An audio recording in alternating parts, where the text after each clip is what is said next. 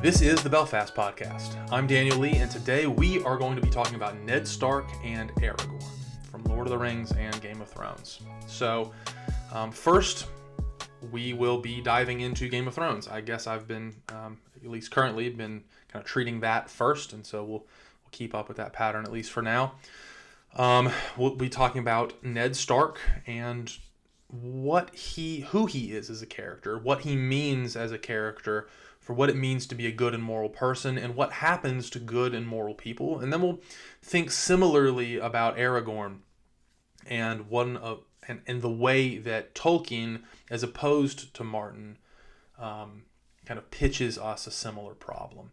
So one of the things, as we've already talked about, George R.R. Martin has said intentionally that he loves Tolkien, he admires him, and thinks that Tolkien did a lot of good, especially for the world of fantasy writing, but he disagrees with him philosophically and thinks that a lot of Tolkien imitators do a very poor job of a lot of the tropes that Tolkien sets up.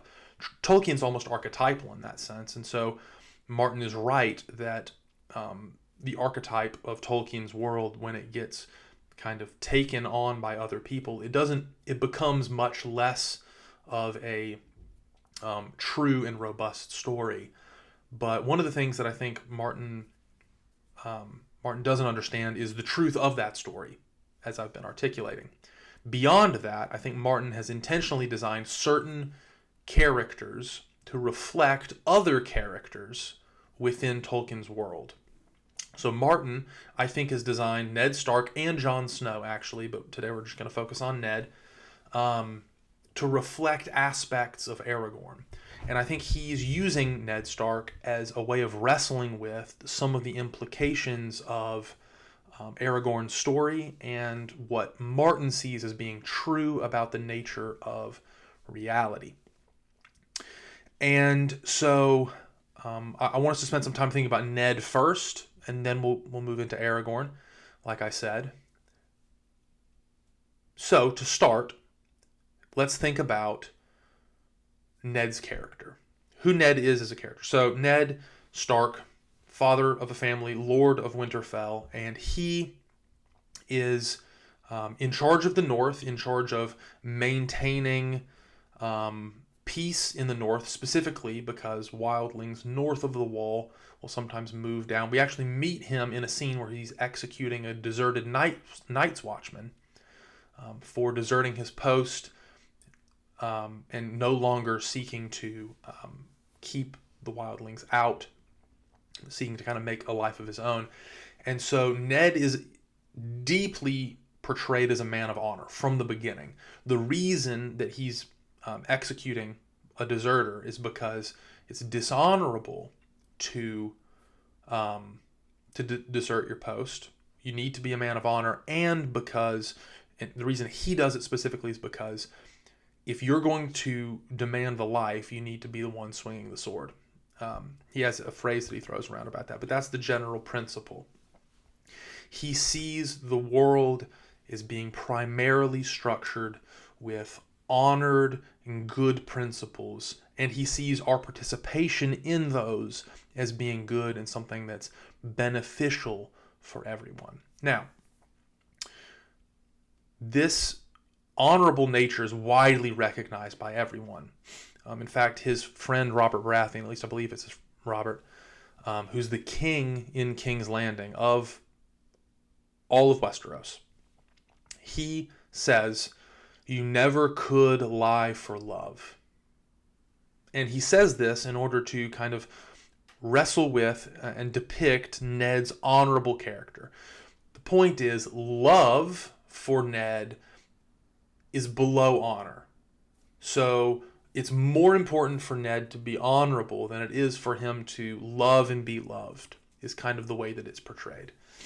And that weighing of alternatives in the story, and in particular around Ned's character, is a way of demonstrating priority, and it's a way of pinning certain things to Ned. Now, one of the things I want us to do is I want us to think a little bit about whether or not that characterization is true of Ned Stark. I don't think it is. In fact, I know it's not, and I'm about to play you a clip why. But the truth is that we'll demonstrate why. But the truth is that Ned can and does lie for love. In fact, two of the biggest decisions that he makes in the entire story are when he lies for the sake of those he loves. So, I'm going to play a scene from the first season, of course, because Ned's in it. And this is a conversation between Robert Baratheon, Ned Stark. I've tried to cut out some of the crude jokes. They're talking about being young men going off to battle. Robert Baratheon is particularly talking about all of the women that he bedded, and he makes reference to someone who Ned loved, despite the fact that Ned was married. Now, if you've watched all the way through, so spoiler alert if you haven't, Luke, I'm looking at you. Ned is said to have fathered an illegitimate son, Jon Snow. That son Jon isn't actually his son. Jon Snow is the son of Ned's sister and Rhaegar Targaryen, Ned's sister Lyanna, who Robert was in love with and started the rebellion against the Targaryens because of her, and Rhaegar kidnapping her. That was Robert's claim, but Rhaegar never actually did kidnap her. Lyanna loved Rhaegar, and they together had Jon. So Jon's not an illegitimate child, not the illegitimate child of Ned. Ned has lied Jon's entire life in order to protect Jon and his sister, and that lie has actually propped Robert up as a king. And Robert doesn't know, because if Robert knew, Robert would probably try and kill Jon. And so Ned's trying to protect him. He's lying for love. And you see it. This scene is viewed in one way if you don't know all of that, and in a very different way if you do. So now that I've said that, let's watch and pay close attention to Ned's reactions to the things that Robert says. Yours was, Alina? No, you told me once. Meryl? Your best.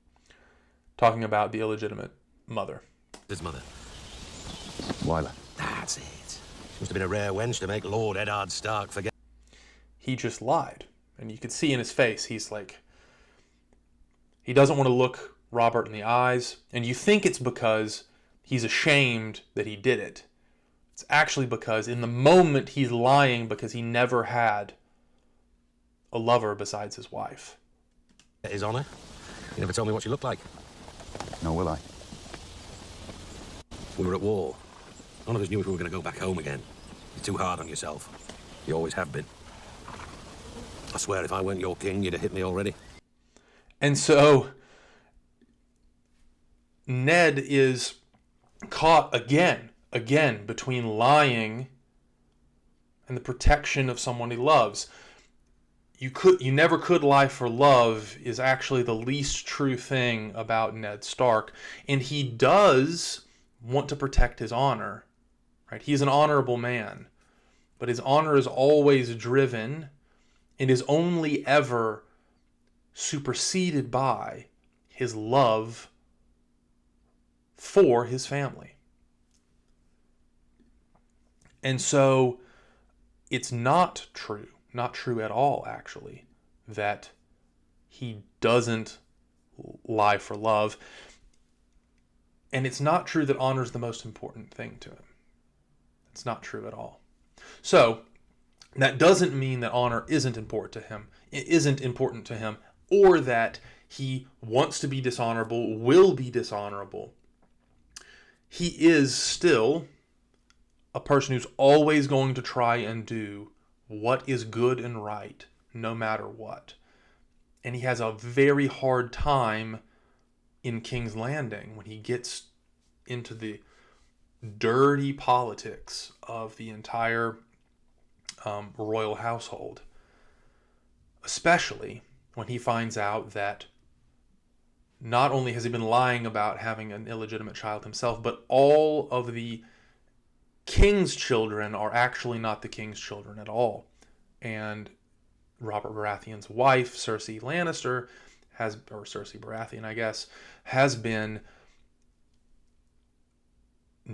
one, unfaithful, and two, lying about their identity the entire time.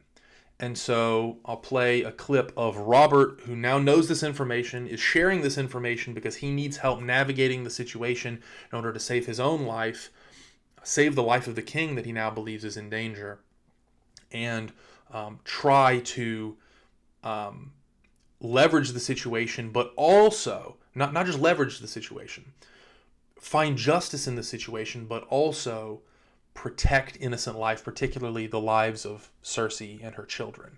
So he has them in mind here. What you suggest is treason. Only if we lose. Make peace with the Lannisters, you say? With the people who tried to murder my boy? We only make peace with our enemies, my lord. That's why it's called making peace. No. I won't do it. So it will be Stannis and war. There is no other choice. He is the heir. So it's Stannis or war. You only make peace with your enemies. It's treason, right? So Ned proposes, hey, this is the situation we're in. Littlefinger, this guy right here, who will come back again in a future episode. Littlefinger's like, well, I think it's best to not back the proper heir, because then if King Robert dies, his brother becomes the proper heir, not his children who aren't actually his children.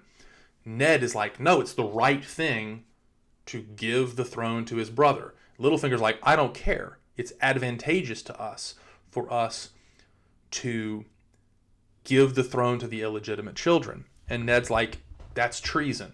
That's straight up treason. Littlefinger's like, what does it matter? What does it matter? So why did you call me here? Not for my wisdom, clearly. Not going to listen to him. What does Ned want? You promised Catelyn you would help me. The Queen has a dozen knights and 100 men-at-arms. Enough to overwhelm what remains of my household guard. I need the gold cloaks. The city watch is 2,000 strong, and sworn to defend the King's peace. Look at you. You know what you want me to do.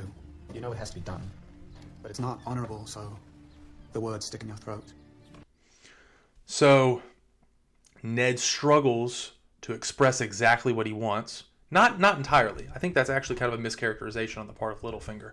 Ned is saying, hey, I want you to get me enough forces to survive this situation. And Littlefinger is like, what you should want me to do is kill the Lannisters. Ned doesn't want that. He wants to show them mercy. In a different scene, Littlefinger says that you wear your honor like a suit of armor. It makes you slow and unable to maneuver these political situations. And so, because you are unable to maneuver well, you're going to die, is what he's saying, basically. You're not going to do well because your honor is slowing you down. Now, Ned, one of the things I want to point out about this scene is Ned is actually being crafty, okay? He's planning things, and he's wanting to be honorable and honest. He's not seeking after his own self-interest and gain. He's seeking after what he perceives to be the right thing. But he's also not... When the Queen proclaims one king and the Hand proclaims another, whose peace do the gold cloaks protect? Who do they follow? The man who pays them. The man who pays them. So it's either honor or money. And Littlefinger respects the one. Ned respects the other. Now, But it's not that Ned's being naive, right? Ned knows this is a dangerous situation. And it's not that he's not being wise. He's meeting with someone who he thinks can help him. He's not being as shrewd, and he's not being as crafty as he should be, because what he ends up doing is he goes to Cersei and he tells her, hey, I know the truth. I'm coming for you. Particularly, I'm going to tell Robert, and he's going to come for you. You should leave before that happens. And that was his mistake. Had he not done that, I think he probably would have survived. Now, realistically, he's too good of a character to continue living, right? He and Jon Snow both die for being good people in Martin's world. And good people never, and this will be my consistent refrain throughout these episodes, good people will never live and succeed in Martin's world. That's just the reality of the situation. But Ned wasn't being entirely without wisdom. He was not being as cunning as he needed to be, though. And so I want to introduce the idea that Ned in most of these situations is actually, he's not being too good to survive in King's Landing. He's being gentle as doves, but he's not being wise as serpents. And Jesus commends both. Commends both. And so it is not, I don't think, the case that being good equals defeat and death. But that is what Martin does with Ned Stark's story. It's what Martin does with most of the stories that we encounter in his world. So, we've seen that Ned is willing to lie for love. They mischaracterize the way that he orders his values. We've seen that he isn't exactly as naive as many people think he is, though he's not nearly as crafty, as wise, and as shrewd as he needs to be. And he is, but he is still an honorable person, and an honorable person that genuinely seeks the good of everyone, even his enemies, right? Because that's the thing that gets him killed, is he's looking out for Cersei Lannister and primarily her children. He doesn't want them to die just because Robert will be angry and seek to kill them. So he's betrayed by Littlefinger, right? And this is where he was crafty enough to go to someone, but he wasn't crafty enough. And this is portrayed, I think, a little bit better in the books than in the movie. He was crafty enough to try and position himself well, but he miscalculated the motives of everyone around him because he didn't realize how entrenched the corruption and the self-seeking was in King's Landing. He was, in some sense, too good to see it. He couldn't let himself see it. And because he wasn't willing to participate, he wasn't seeing it. And so in that sense, he was a little too good and definitely too naive, but he wasn't blind. And I think a lot of people characterize him as blind. So he's betrayed by Littlefinger. He ends up in prison, and he has a really interesting conversation with one of the, who's called the Master of Whispers, Varys. So we'll watch this really interesting scene, because again, it will demonstrate something about the way Ned's values are ordered and why. He is utterly without mercy. Stannis Baratheon is Robert's true heir. The throne is his by rights. Sansa pleaded so sweetly for your life, it would be a shame to throw it away. So he reiterates, Varys is just saying, hey, support Joffrey, the illegitimate child, to the throne, and everything will be okay. And he's like, my honor won't let me do that. Stannis is the true heir. That's what's right. And Varys is like, well, dude, that's not good. You're not helping your case right now. If you keep down this road, you will die. You will die for your honor. Cersei's no fool. She knows a tame wolf is more use to her than a dead one. You want me to serve the woman who murdered my king, who butchered my men, who crippled my son? I want you to serve the realm. Tell the Queen you will confess your vile treason. Tell your son to lay down his sword and proclaim Joffrey as the true heir. Cersei knows you as a man of honor. If you give her the peace she needs and promise to carry her secret to your grave, I believe she will allow you to take the black and live out your days on the wall with your brother and your bastard son. You think my life is some precious thing to me? That I would trade my honor for a few more years of woe? Ned values his honor more than his life. And that is a crucial thing to recognize. His honor is more valuable than his life. Many things are more valuable than his life. But the question is, which is more? His love for those that he cares about, or his own honor? And many people portray Ned as only caring about his honor. I don't think that's the case. You grew up with actors. You learned their craft, and you learned it well. But I grew up with soldiers. I learned how to die a long time ago. Pity. Such a pity. What of your daughter's life, my lord? Is that a precious thing to you? What of your daughter's life? He ends up confessing to treason, which he didn't commit, in order to save his daughter's lives, and still dies. And so he does lie for love yet again. But the thing in Martin's world is that being good automatically means that you will lose. That's just the reality of it. And so Ned dies because he's unwilling to compromise on the point that the illegitimate children shouldn't take the throne because it's not honorable. But those are the ways his actions are contributing. He actually dies because everyone around him is a monster. And so he sacrifices himself for his children.